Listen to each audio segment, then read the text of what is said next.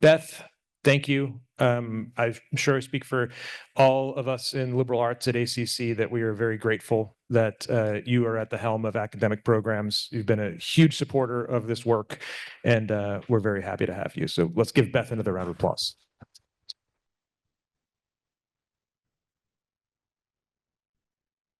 Okay, I'm going to just talk very briefly about what Great Questions is for in case it's new.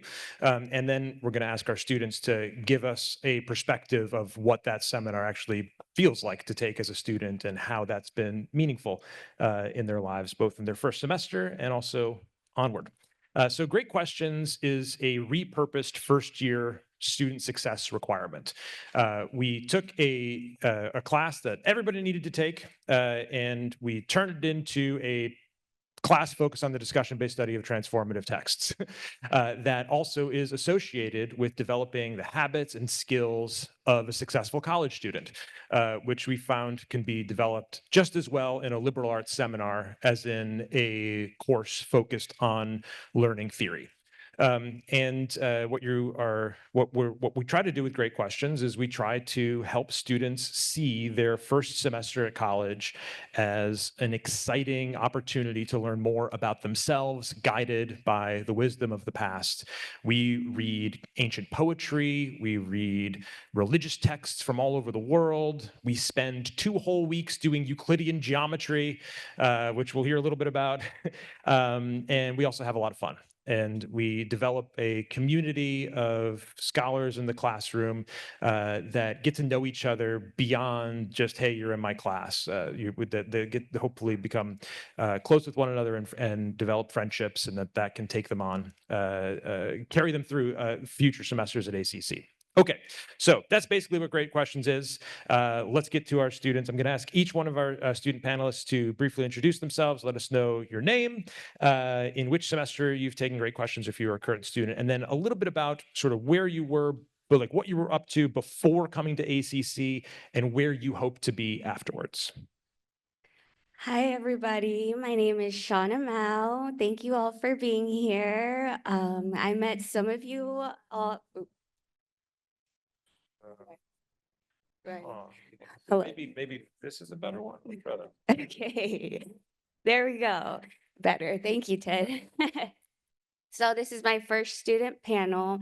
As I said, I met some of you yesterday. I like to see y'all's faces again.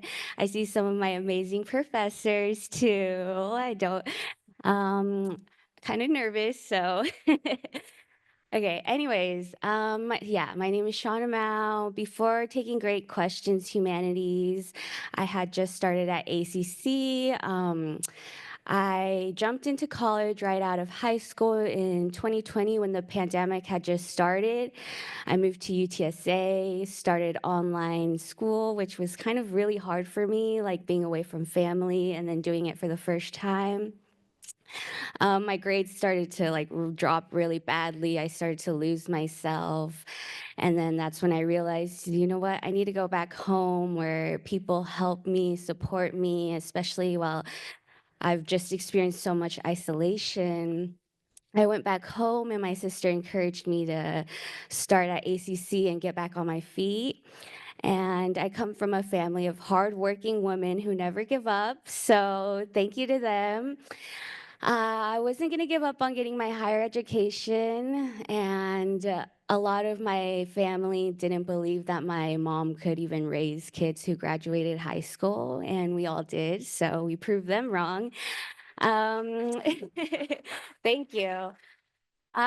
So before that, I was a very shy introvert. After taking Great Questions Humanities, I am now an extrovert who thrives on human interaction.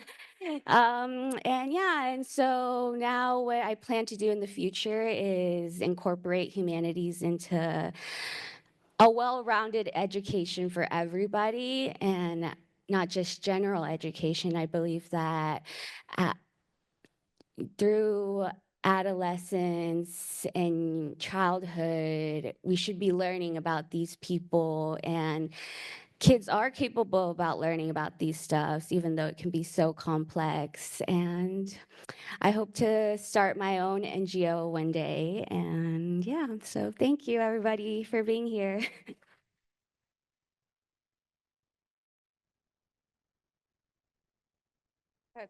Hello, my name is Janice Valentine.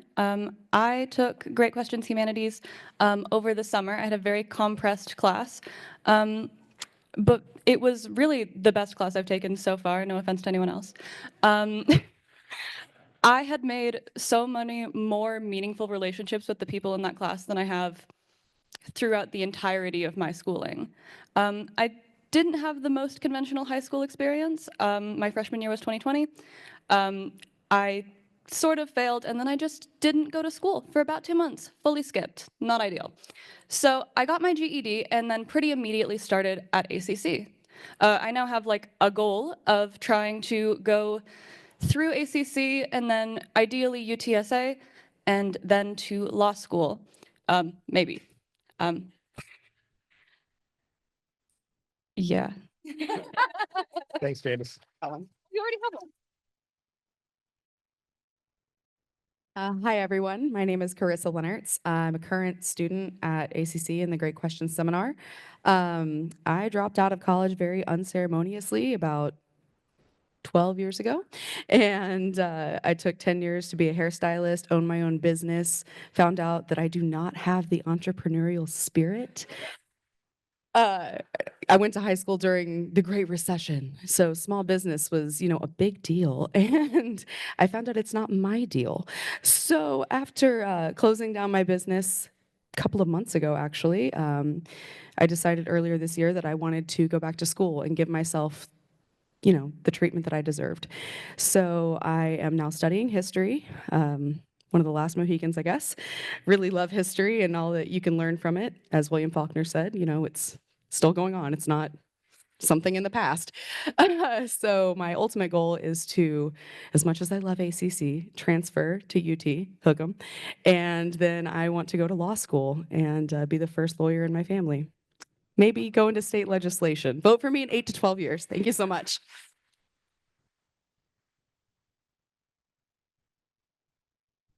Hi everyone, my name is Astrid Perez Grimaldo. I took Great Questions Humanities in fall of 2023.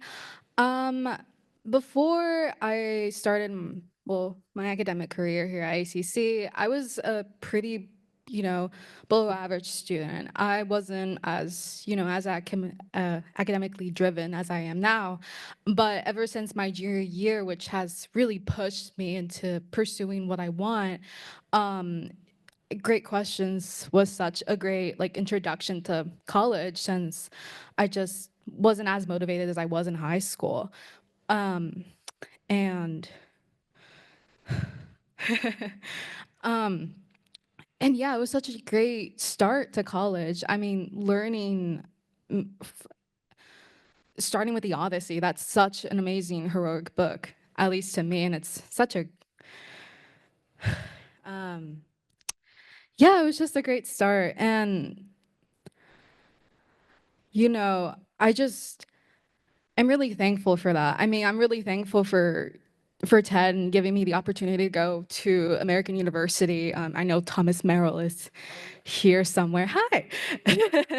But it's given me such a great push into what I'm now pursuing, which is an art history degree. And I just feel a lot more happier just being in this space, talking to so many people here. And it's a little bit scary, a little bit terrifying, but I think it's totally normal. I was always kind of a very shy person, so having this is such a unique experience as someone who's an introvert. But yeah, I mean, hopefully after ACC, I'm also planning to transfer to UT Austin. Hook 'em, yeah. And I'm still kind of on the edge of law school. Hmm? Is that something I want to pursue? But I would love to also go into more of my major and just get my master's, and then maybe possibly go get my PhD somewhere else. But yeah, I'm just really great. I'm really grateful to be here talking to all of y'all. But that's all I have to say. Yeah.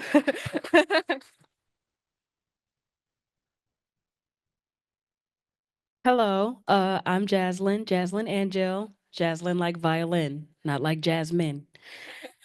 I'm a current student in Professor Ted's class, and I have really appreciated this class. I don't even know if all of the words that I say here today can explain how much this class means to me. Um, Presently, I feel ignited about school again. I graduated high school in 2016, and I actually joined the military as an Air Force reservist. Um, and then after that, I tried to join like a school program that would like get me into business administration in like 6 months, and and it did not work. And so I found something closer to home, and I started again after such a long time. And it's an intimidating feeling, like knowing how everything advances and time passes on, whether you do something or not. So like it was intimidating to like come back and try again. And this class made it all feel worth it. Every class I go to, I feel excited to do the work. I feel excited to have the discussions. I feel excited to do the assignment and talk about, well, what did you learn? Okay, how did you think about that? What did you get from this? And everybody got something different, and everybody speaks differently. So like you get this opportunity to gain so many new perspectives and build on your own perspective and be involved in like complex conversations. And like they have all said, the support that you feel is all that you need to come back and feel like I can really do this. Life felt like so dull without learning something new. And so I appreciate this class for always bringing something new. I was intimidated by geometry. Whenever they said that we were learning Euclid, I thought about not even coming to class. I'm so sorry, but after like the first class and we talked about it, I'm like, wow, actually, this makes sense. And it took a little bit of patience, and it took a little bit of encouragement, and it took a little bit of discussion. But this class has all three, so it helped. Um, Right now, I am pursuing a business degree, but I'm definitely going to change it over to psychology. I think that people have always been more important to me than the business side of things, so I will be leaning more that way. Um, and I can have that. I can have this class to thank for that decision, and getting to like know myself through this class, getting to know others deeper through this class, and I really appreciate it. Thanks for listening.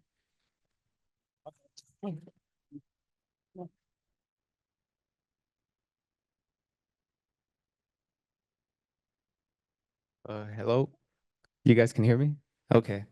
My name is Carlos Monteros. I'm originally from El Paso, Texas. Let's see. I attended Great Question Seminar 2019, spring 2019. Let's see. Sorry about that.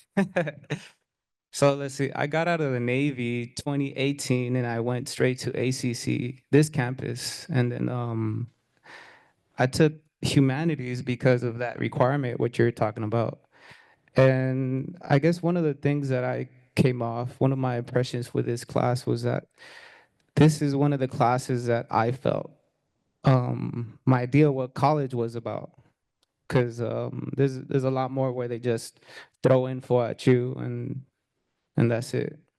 I don't think they necessarily worry about feedback, but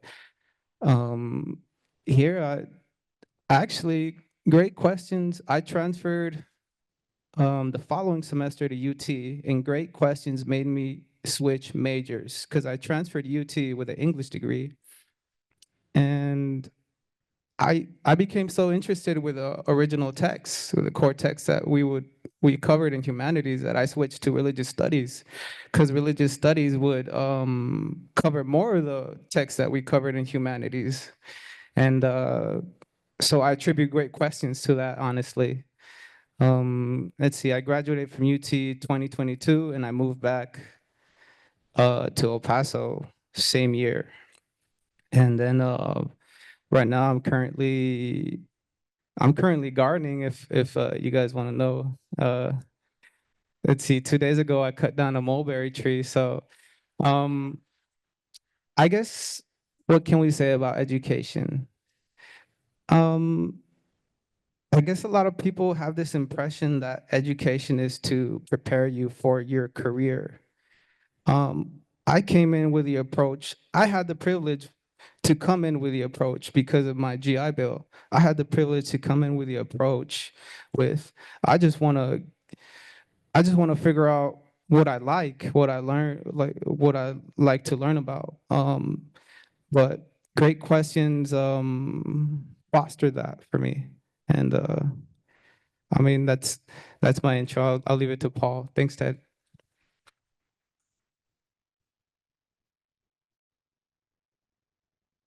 Thank you, guys. My name is Paul Crushin, and I want to thank everybody before me who's at the stage. Way back in 2006, I graduated high school, and I waltzed into UTSA with mediocre grades and a bunch of extracurriculars.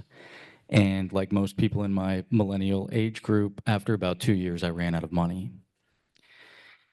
And so I moved back to Houston, and then I played music, and I was a nothing nobody for forever. For 10 years, I tried to carve out a life for myself, and I just couldn't. Without an education, I could not find anything that gave me the pleasure of working.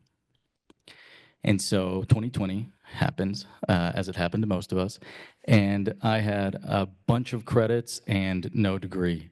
And so I turned to my wife and I say, I'm gonna at least get my associate's degree. And so I transferred my credits over, and they told me, you need to take about 21 hours. I said, okay. And they said, you also have to take this great question seminar. I said, I'm sorry. I've already been to college. I don't need to take this course. And they said, we don't care. And so I took it.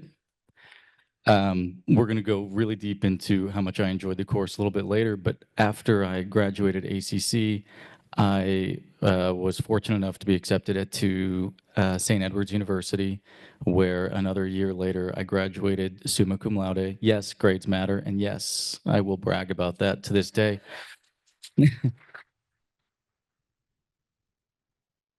Because up until my semester with Ted, I was just thinking, okay, grades or whatever, it doesn't really matter.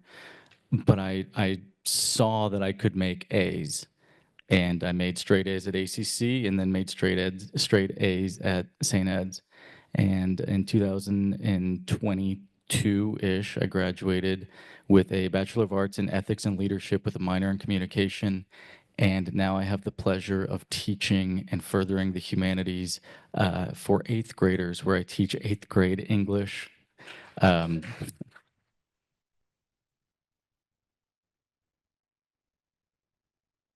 If you knew any of my students, you would not be applauding.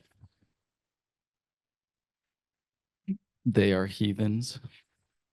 If any of you have children, grandchildren, nephews, nieces, and they are about 13 or 14 years old, God help you. At least I can send them home at the end of the day. But without great questions, I would not be where I am today. I would not have continued my education at St. Edward's, and I would not have it would not have reignited my passion to further the education of everybody else. So without great questions, I would not be where I am right now. Thank you.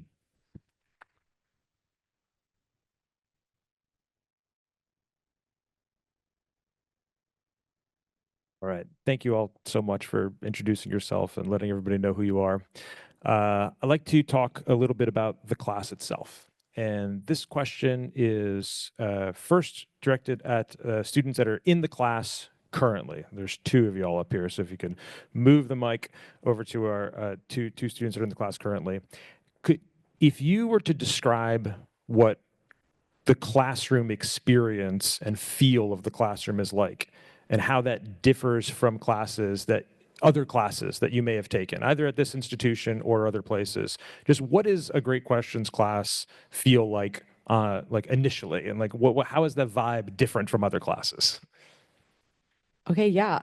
So I'll be honest, I'm in online, so I think it's a little bit different, right? Everybody has the backspace button, and they have the ability to think their thought, maybe revise their thought, and then post it to the discussion board.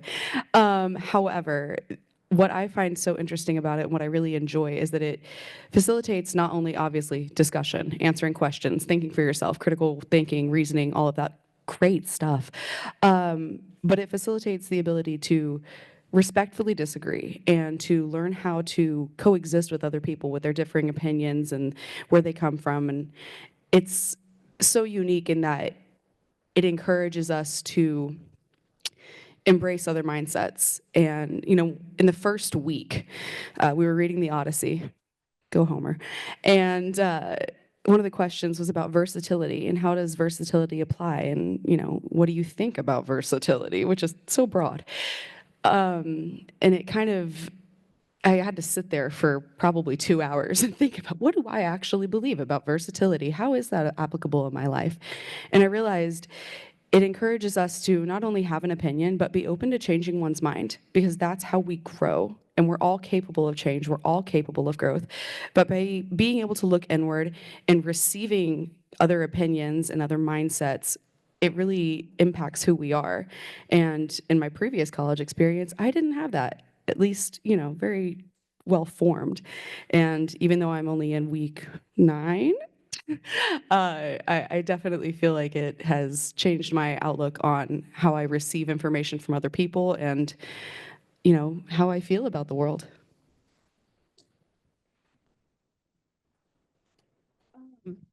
So I take the class in person. It's my only in-person class, and I'm so glad that it's in person. Basically, you walk in and it's this like circular seating, right? So you're not staring at the back of everyone's head, you're staring at everyone's face. And I actually really appreciate it. Whenever it comes to a discussion, you can kind of see this like thinking process happen, and you can see people piece together their ideas like right in front of you, and they come with their first conclusion. Then you watch them change their mind and be unafraid to change their mind. And it's like this welcoming atmosphere where you just get to share.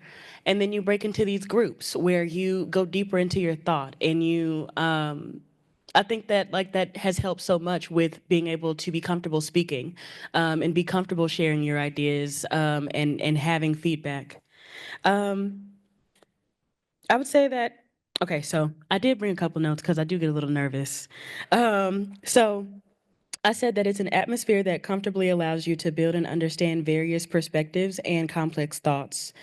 Um, I would also say that like you can feel like the dedication to this course, and you can like see people growing in the course every day, and that's part of the excitement. Is like, oh, this person never spoke up before, and now they're doing a whole demonstration and pointing everything out and making eye contact. Wow, this is new, and you see this happen like over and over again. Like people like bloom in this class, and like you get to watch people bloom. You get to watch yourself bloom. Um, and like how you said about growth, so there's like this class is exciting to me because like they do ask you these questions in your essays and your journals, and one of them ask about like the growth mindset, which is like very important to me, that like people believe in like a growth mindset. And I was so excited that something from this class like resonated with me, that I was like already on it. And I think other people will find things that's like, wow, this really speaks to me. There is something that is going to speak to you, and you can be sure of that with this class, I feel. You made me jealous. Like I don't want to retake it so I can be in the the in-person discussion. Take it twice. Just so nice. Picking up on sort of transformative experiences, you know, thinking about individual blossoming and flourishing in class. Anyone else want to share perspectives, either that personal perspectives of personal anecdotes of transformation, or something you may have seen in a class in somebody else? Just want to open up that line. Yeah, Paul.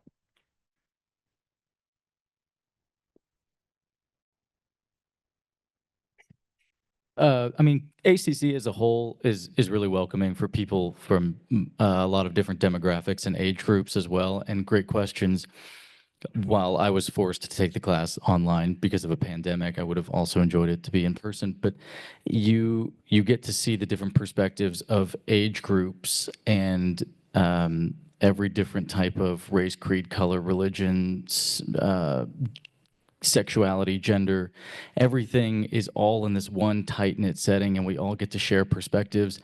And having really great professors like, of course, Ted and Professor Potts, who I took ethics with, not great questions, but I still know that he's back there somewhere, that it helps you gain an understanding of other people's background. And I know that college as a whole does that, but Great Questions does that with an intent. Ted is asking probing questions to get you to understand where this person comes from, this person comes from, and this person comes from.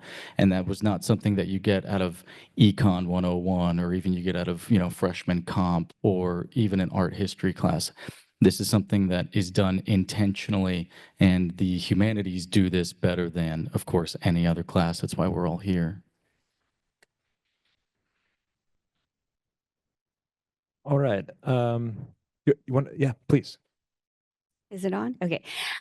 Something transformative I've seen in my class is just everyone that my professor planted a seed into, and then by the end of the semester, you could see all these beautiful flowers that had blossomed. Like the shy kids were talking, everyone was engaging.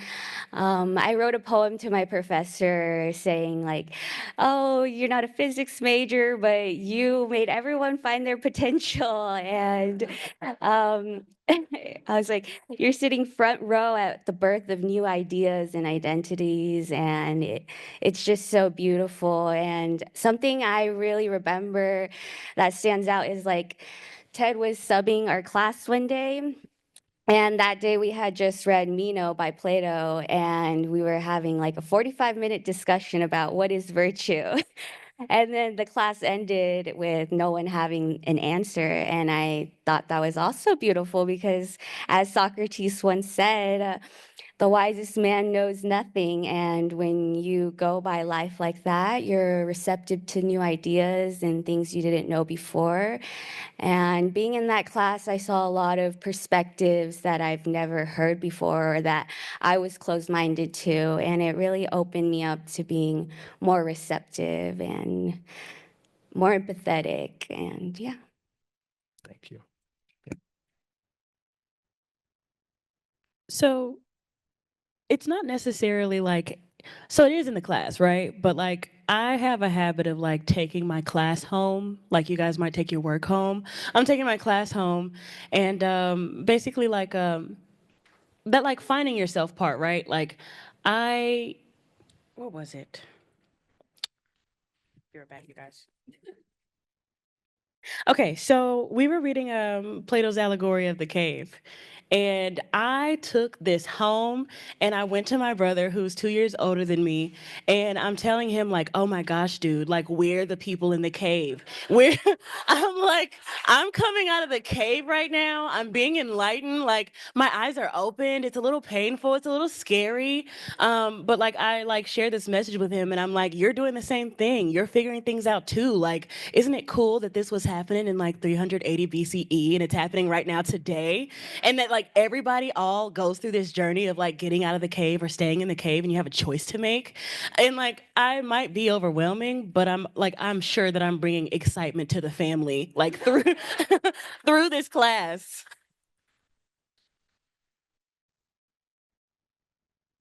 I love that. Let's talk more about the text. So we've heard about Homer, we've heard about Plato. Any people we haven't heard from since the introductions yet? I want to invite you all to reflect on any text that you encountered, and in the Great Questions class that maybe hadn't been, or just keep talking about Plato. I'm fine with that. But but we read a lot of stuff. So I just wanted to invite more reflection on the other. Yeah, Astrid. Yeah. So, okay.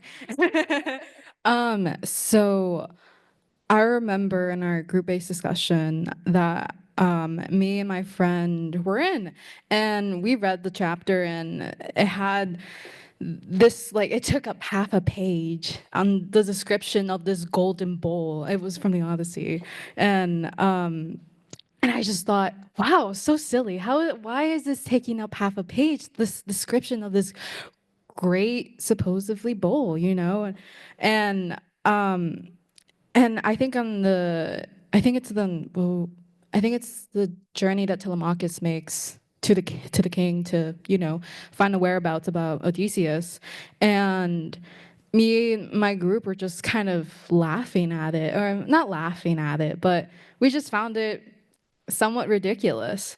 And I was like, this is so funny. Why is it like in such heavy detail?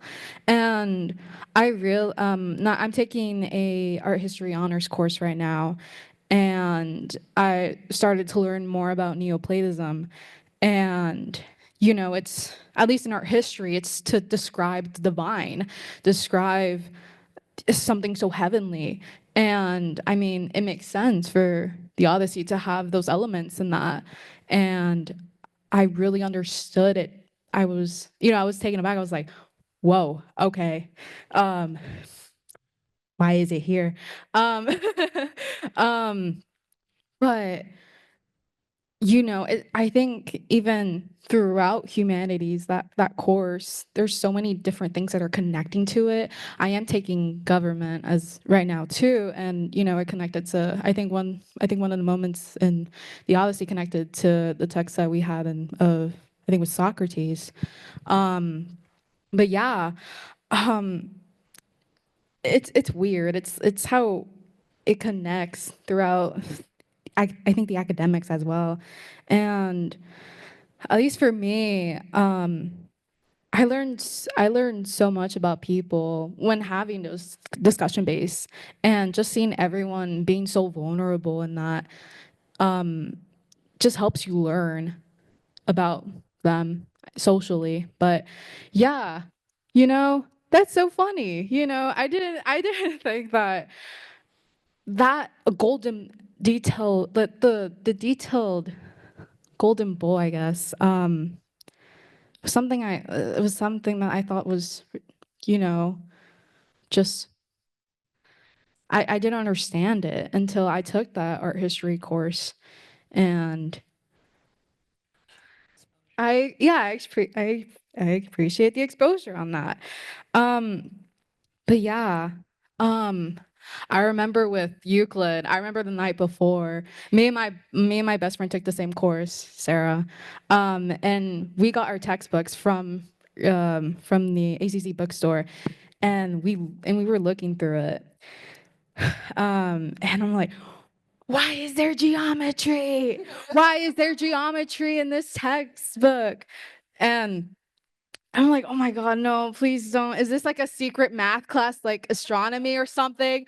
And we were just freaking out. And I remember when we finally got to the unit of Euclid, I was just freaking out. Oh my God, like, what's the center of a circle? I was just I was just standing there in front of the board. I'm like, what's the center of a circle? And then my best friend draws the circle, puts a dot, and it's just as simple as that. Really.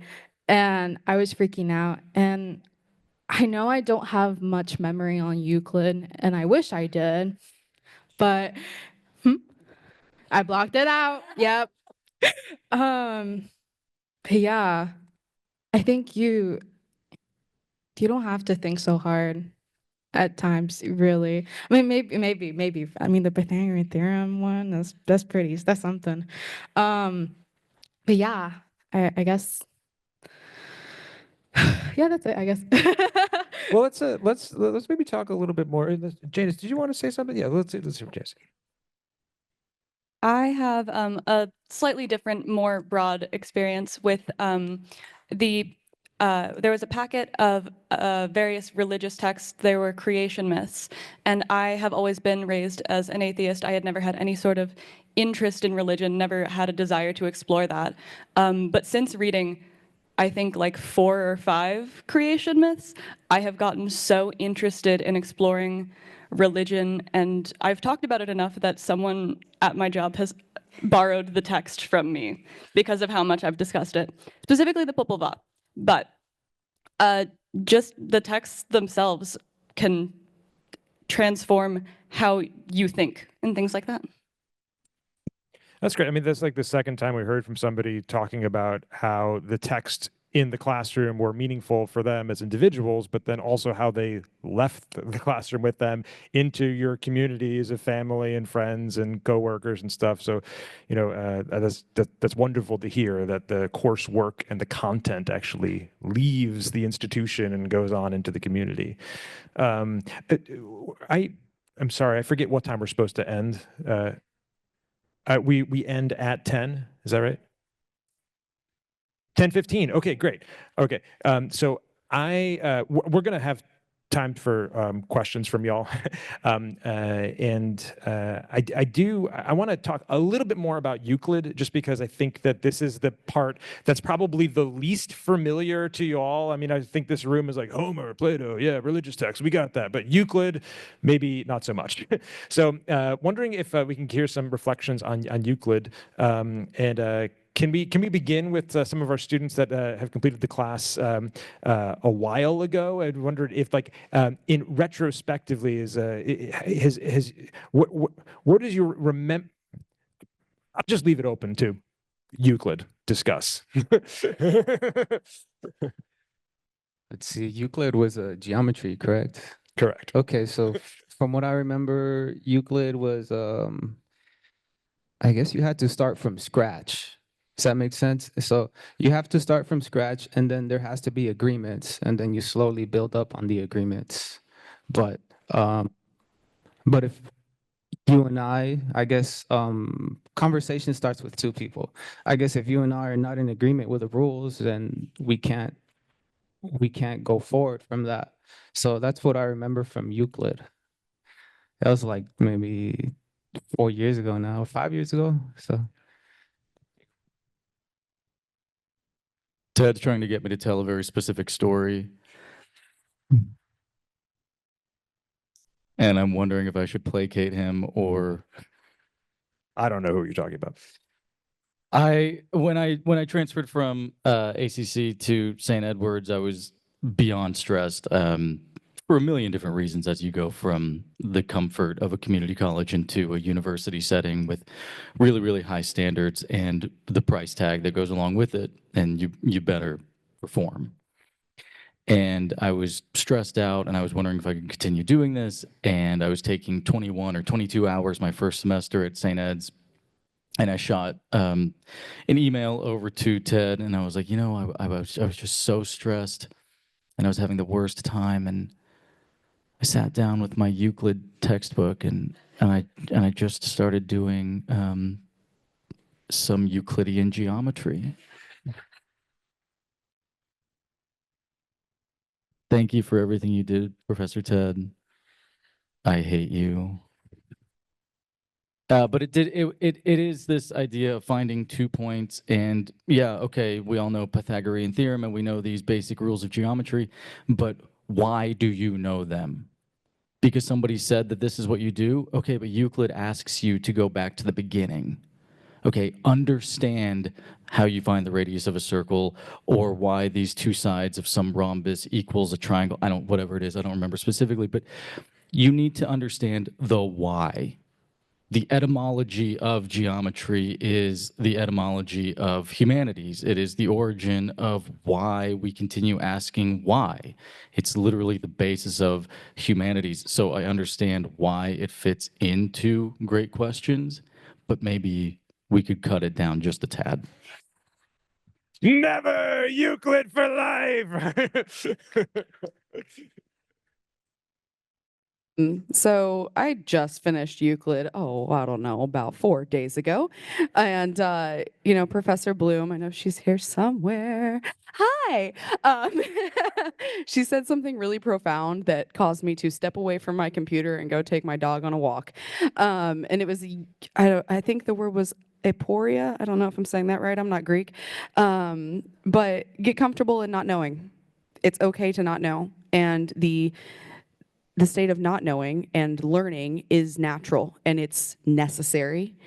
And even if it's Proposition 47 staring you down like the barrel of a shotgun, oh God, the proposition. I've never been propositioned like that before in my life.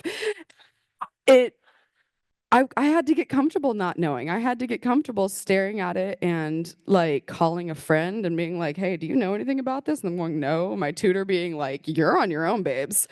But pushing through it and having that resilience to maybe not, understand it all in 2 weeks, but to at least try and make the effort and figure out, why are you so uncomfortable not knowing? I think that was monumental. So thanks, Euclid.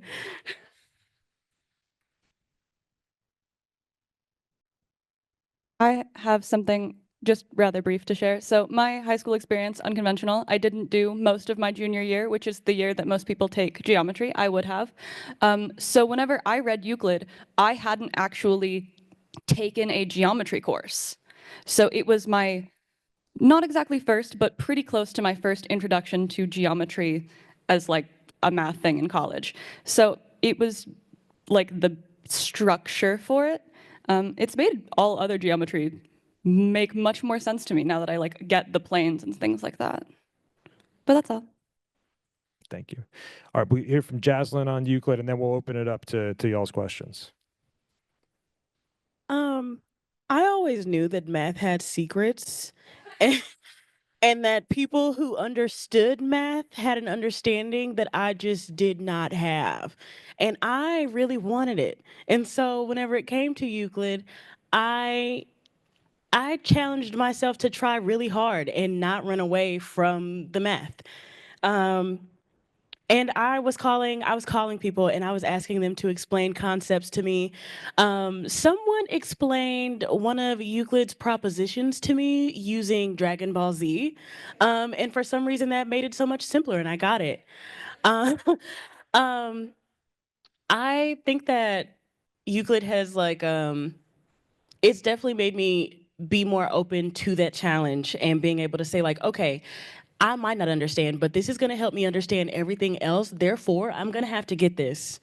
And there was something else I wanted to say about Euclid, but I think I lost it, so it's fine.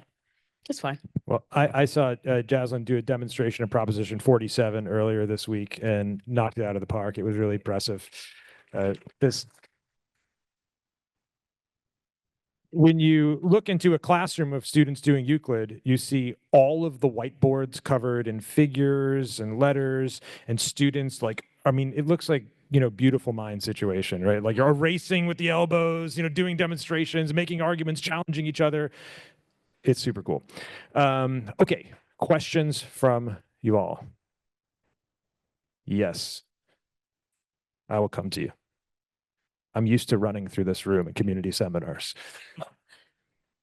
Hi, so I'm an assistant professor of English at Texas A&M Kingsville, and in my Intro to Literature course every year I have a group of students who say, this is the first time I've read a text from beginning to end whole.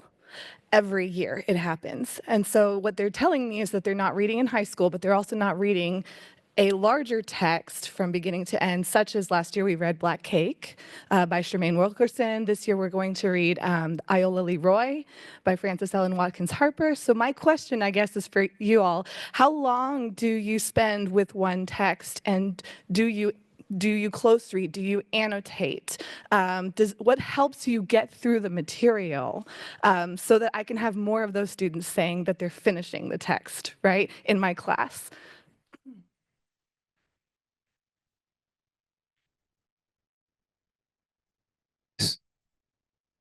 I guess you got to see where students consume the media. So let's say I would say everyone has social media, some form of social media. There's a number of people that consume and read from that. So I would say start from there. Let's see. I guess perspective too is super important. I guess it's important for one to see themselves in the story. And first and foremost, again, you got to see where people consume the media, because it's not like we don't consume it. We're consuming it, but YouTube, Instagram, TikTok, people, music, right? Like whatever people listen to, that's what they're consuming. So I would start there.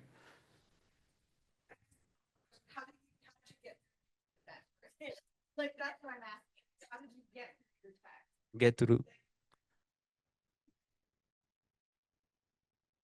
Okay, when it comes to being in a class, I think this class makes you accountable to read. So, I mean, everyone likes reading. I mean, if you have someone in class already, at least in college, right? They're that interested.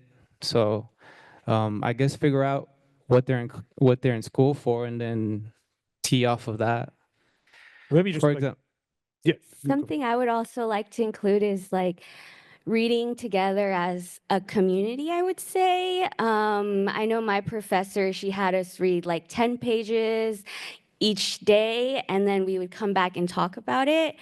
And I think doing 10 pages, starting off slow and then gradually adding more pages helped us because it wasn't so much at one time. And then the texts are also very like intriguing. So once they get into it, I believe that they'll continue to keep reading it and also coming together in a circle and talking about it. And in my classroom, I really like that my professor, she didn't really force any of us to participate or talk. She was more like, whenever you're ready to join, join. And so we started class with like 3 of the same people talking. And by the end of the semester, everyone was talking, like even the quietest ones. And it was just kind of how one of the guys said it yesterday. It's an adventure we're doing together. We're going on uncharted territory together, and we'll learn together and just together. Okay. I just add one. Oh, sorry. Go ahead, Jasmine. I was just gonna say, I think honing that environment where people feel comfortable sharing and knowing that other people appreciate what they have to say would be a big help. And I think knowing that you're gonna come back and have a group discussion and break into groups, and you're gonna have to look at 4 other people or 3 other people and say, oh, I didn't do the reading. And they're all gonna say, oh, well, we did. I think that that helps people kind of like get on board and say, that's like maybe positive peer pressure of like, yeah, we did the assignment. Why didn't you do it? Like that kind of helps you say, oh, I want to be able to add to this conversation. And I think making the questions like intriguing and, you know, like young people love a little drama. So in the book, like make sure you make it like funny, make it a little dramatic, like make sure you go into like what they said and how they said it and what does that mean and why does it mean that? I think good questions, great questions, probably helps like a bunch with getting people to read through the text. I'd like to go back to the original question, which was how much time are we spending reading? Are we annotating, things like that? Professor Bloom puts it in a way that, you know, by Tuesday, you should have read this text. By Thursday, you should have read this text. On Wednesday, please post this, you know, amount of replies to a discussion board. Make sure that they're full sentences. Ask a question at the end of your original post. And I think we spent, forgive me, maybe 6 weeks on the Odyssey, a week on Mano, 2 weeks on Euclid. Now we're in the religious texts. I think this is going to be a week. I don't know. I just go here. But, you know, having those 6 weeks to break down the Odyssey book by book, right? And actually delve into it and try to understand, you know, the longing of Telemachus for a father he's never known. Try to understand Odysseus in this 20-year Odyssey and all that he's going through, and understand the motivations of, like, let's say, why are the goddesses' names slipping out of my mind? Understanding Athena and like her motivations, you know, being, you know, the goddess or the patron of warriors, you know, all of these things, breaking it down and asking you to really week by week make that progress. I don't understand people who don't like to read. Bless their sweet, beautiful hearts. I am a voracious reader, so I looked forward to those deadlines, like read this by this day. Okay, can't do. But encouraging them to have a deadline. I think that a lot of people are afraid of a deadline, which is not possible in the real world, and asking them to really participate in a way that is definitive. When she says, you know, you need to post your replies by this day, you need to post your response to the great questions by this day, it facilitates the wheels turning. And once you start in this seminar, you just don't stop. You get into a routine of, okay, I know I need to read this much by Tuesday, Thursday, and Sunday I need to post my journal and all of my responses. And it's very constructive. Oh my God, see what happens when you're in the Great Questions seminar? All right, other question back here. Okay. Hi, my name's Papin. I'm a faculty member here at ACC, and my question is for Jameis. So you talked a little bit about your experience. Of course, anyone else can weigh in, but you talked a little bit about your experience reading religious texts, and we obviously live in a time where there's ideological battles, to say the least. So I'd like to hear more about how maybe a course like Great Questions can help you go into the world and can help other people around you engage in those conversations where people might be defensive at the first jump. I think that one of the best ways to do that is, if they're receptive to it, get them to read the creation myth of something. I'm not sure exactly what you mean by this question, like if you're talking about someone who already has previous religious beliefs and they're trying to defend those or say something like that. I'm not exactly certain. Mostly I'm referring to people in an atheism space. I also grew up in an atheist space, and my experience is that the people around me are not usually very receptive to hearing about religious ideas because they're defensive, believing they're trying to be converted, right? So like people shut down pretty quick, and I don't think that's the role. So, and you know, I'd rather you talk about it than. Yes, okay, that I have much more perspective on. Yeah, I have found, even with my parents, they were both raised Baptist, left the church as soon as they were adults. But they, since my time, specifically the Quran I was talking to them about, and they already had some preconceived notions and sort of like defensiveness, some sort of like fear around that specific text and Islam itself. And I have always sort of felt the need to understand why people think the way that they do. And reading those texts really helped, and I was just able to explain to other people why I believe that it's just important to think about it in that way. I think I got my dad to read a chapter of the Quran. I'm not certain if he did all the way through, but mostly just talking about it and being like, I'm actually not trying to convert you. I personally am not religious still. Yeah.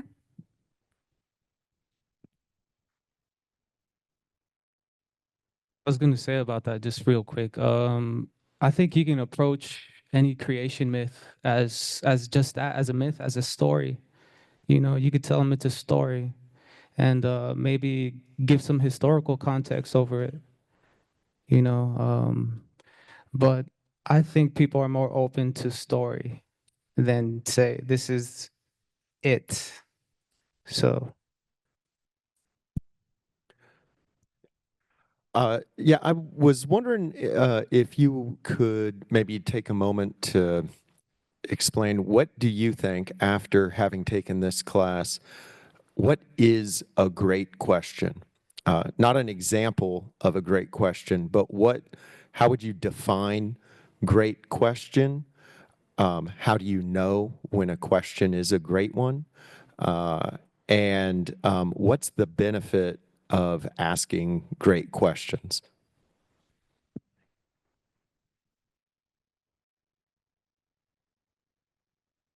I think for me, a great question is one that doesn't have an immediate answer. Almost never did Ted post a question on the board or ask us a question as a class, and we all just immediately go, mm-hmm. A great question makes you think more deeply about yourself and about your surroundings, and it makes you question yourself intrinsically. And once again, to keep tying it back to the humanities, that's the basis of all humanities courses and humanities themselves, is it begs you to ask yourself great questions. This is the foundation of philosophy. You will never answer these questions. That's not the point. The point is to continue asking them and to continue exploring those ideas. That to me is a great question. I just wanted to add to that really fast. And I think that another great part of that is also just finding your own personal answers, even though they're not necessarily like universal or correct, as someone may say. Any other questions here? All right, hold on. I'm getting there.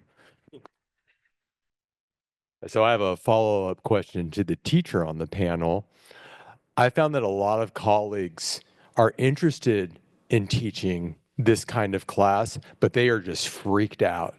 And I think one of the reasons is because they want clarity. And you just pointed out the uncertainty and the ambiguity. So I'm wondering if you can just tell me what to say to persuade them to take the leap of faith. Yeah, please have them dig into the Heideggerian idea of angst, please. And that should answer all of their questions. No, there is absolutely no singular word that would make somebody, or one singular sentence makes somebody think, oh my gosh, the light turned on. I think it's a long, slow, probing series of questions that makes them, you ask them the questions and they don't have the answers and you just sit back and wait. Like I do with my students, like, take your time, but give them that little bit of time, help them come around to it by routinely asking them questions, and understanding that not everybody will become a convert. You know, we need engineers, we need mathematicians. I don't want to hang out with them, but society needs them. So recognizing that, sure, like maybe we can ask great questions in an engineering course or an economics course or even an anthropology course, but understanding that we're not going to win every single battle. And if we can just get a few people to our side asking the great questions, then I think we've won.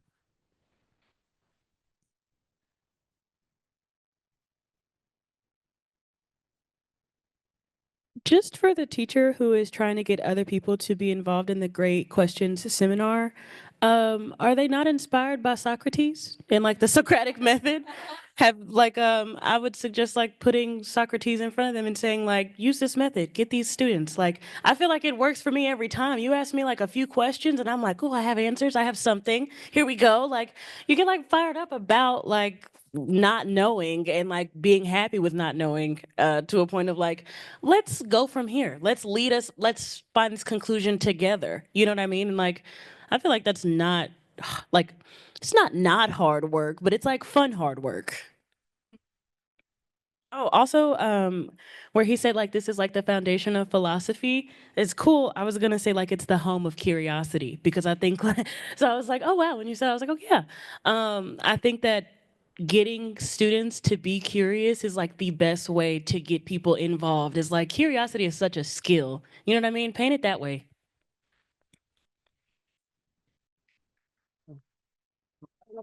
Can I stand up? So, I speak very loudly anyway. All right. So I loved all of this. I love this a lot. But I want to make a statement, and I think it's a little radical, but I want to rename so much about the world of general education. First of all, I think we should rename it generative education. But the word that really bothers me the most is prompt. I hate prompt. And we have started using it for so long, and I want to switch it. I already have to question. Because question is open-ended, and prompt, which I'm sure we got from STEM, right? I could go on about that for a long time. Question is open-ended, and prompt is like you're a lab rat, and you're asking for one exact answer. So I would ask all of us, please stop using prompt. And let's start calling it generative education and stop calling it artificial intelligence, because it's not. There. You guys are great. We got a question over here. Hello. Hi there. I have just really appreciated all of your wonderful comments. And I'm struck that at the beginning, like before y'all came up here, there was discussion about like character-based education, value education. And one word that I've heard multiple of you mentioning is resilience. And I'm wondering if maybe a couple of y'all would be willing to talk about how did this experience help you develop the skill of resilience. Thank you. Absolutely. The thing about the Great Questions Seminar is that there's not just one question that's asked, every week, right? It's several questions. And you really have to dig deep, look inward, understand other perspectives, and push through, because there's another week coming, unfortunately for all of us. And resilience is not something that I don't think we're all intrinsically born with. Like you got 10 out of 10 resilience. No, it's something that you have to hone and build within yourself. And sometimes it gets knocked back a little bit and you have to build it back up. Resilience requires courage. Resilience requires stamina. And this course really encourages you to find that within yourself, not just because you should be participating in class to get your grade, but because you need to learn how to think. You need to hone those critical thinking skills. You need to be able to analyze things and move forward in the world without taking things personally, without getting hurt by everything, being able to build a little bit of a backbone and understand that even if you get your degree, you're still a student of the world and that learning doesn't stop.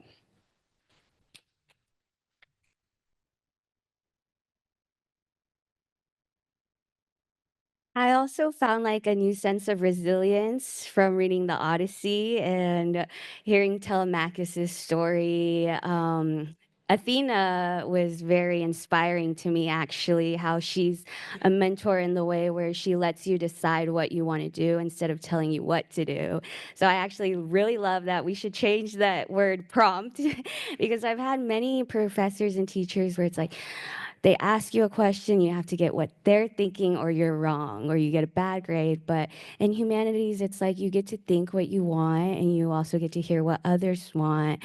And I got that resilience from Telemachus where he went through so much and he considered killing himself many times, but he didn't. And Athena was always there to help him get past those challenges. And she also, it starts off with her having a challenge with her dad. And I usually fight with my dad a lot. And I just have to channel my Athena. And also St. John of the Cross, really, there needs to be darkness in order to find light. And yeah. Well, this has been an extremely bright space this morning. Thank you all so much for being here. Really appreciate your time and coming out.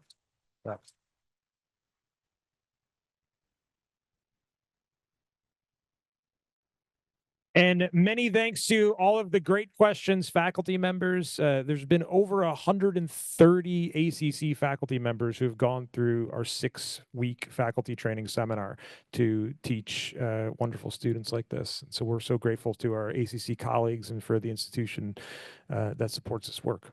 I believe there is now a 15-minute break, and then Emily Wilson is going to join us on Zoom. Thank you. Thank you so much.